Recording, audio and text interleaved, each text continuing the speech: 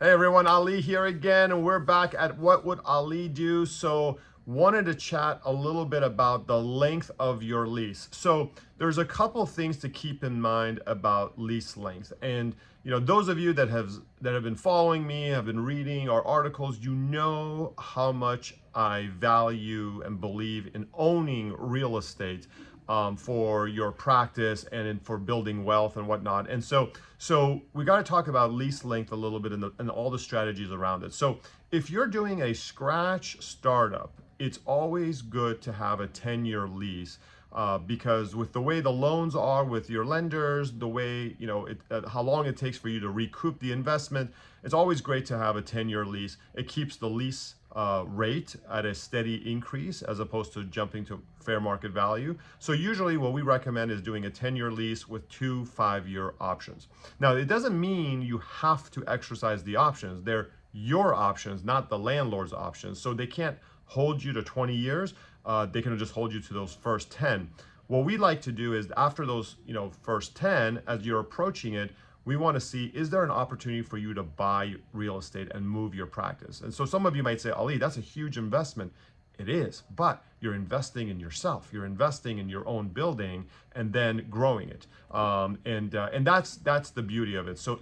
And you can always sell your old location to someone else. So that would be a really great long-term plan. Now, not everyone can buy their real estate. You might be in parts of the country or that the real estate is just too expensive, and so there's no way for you to buy it. In those scenarios, then you exercise your options and you make sure that your lease is negotiated strongly in the at the initial outset, so that you're not paying huge rental rates down the road when you exercise your options.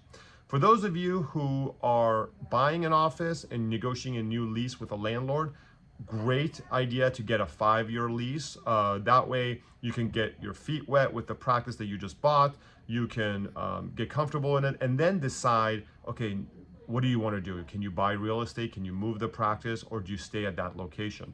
So what we like to do for those who acquire practices is to do a 5-year lease with 3 5-year options, for example. Now, some landlords are pushing back on that and they're only giving like 1 or 2 options for a variety of reasons. But if the more options you get on an acquisition, the better off you are.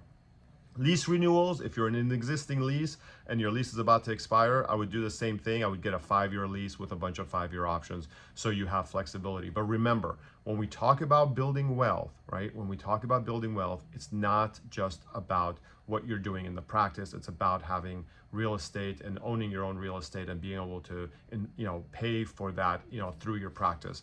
The tax advantages and the wealth building opportunities are huge. If you have any questions about any of this, just give me a call. Talk to you soon.